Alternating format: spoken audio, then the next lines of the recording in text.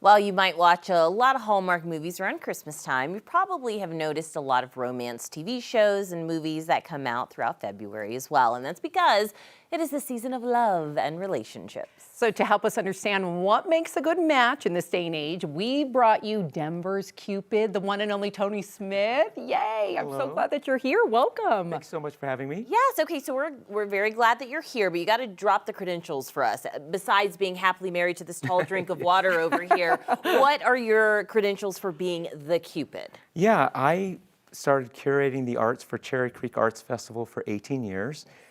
But I ran for Denver City Council and realized that my platform was curating connection. I love curating connection. Yeah. And as a matchmaker, in this day and age, what would you say is the most important aspect of matchmaking, or what makes a couple successful? Yeah, I'd say the number one thing is doing your work. So when people say they've done the work, quote unquote, that is doing the work on yourself, and that means going through some hard knocks, going through therapy, doing your personal inventory, checking your Louis Vuitton at the door. Okay. Yes. Okay.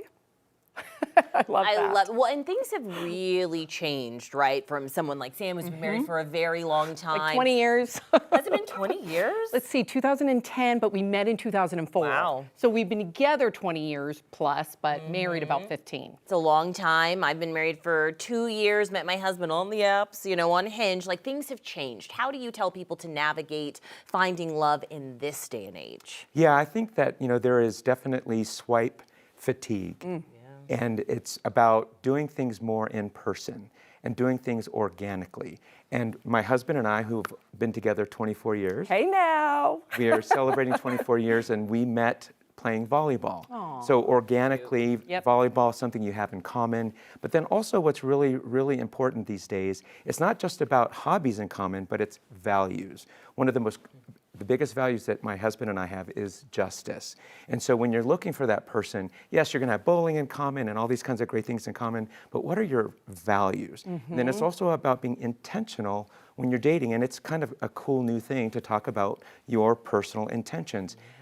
I have a client right now that says, I need to be with someone that wants a baby. Okay, yeah. Then some people are like, nope, that's a deal breaker, I don't want kids. So it's also important to be intentional about your needs. That's really good advice.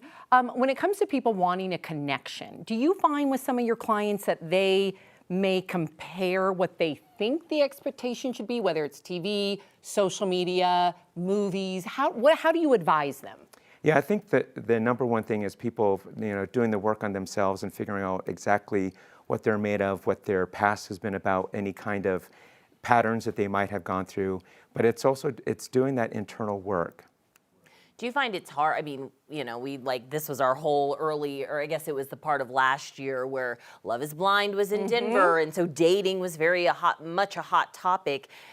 Do you think dating is difficult in Denver? Because that's certainly the reputation I think that it has. Well, I think the number one thing is to get off the bench and into the game.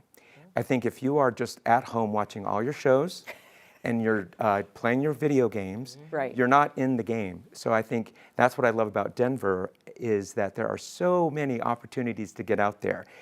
And also I always recommend to people on meetup.com, there is something for everyone on Meetup. Beautiful.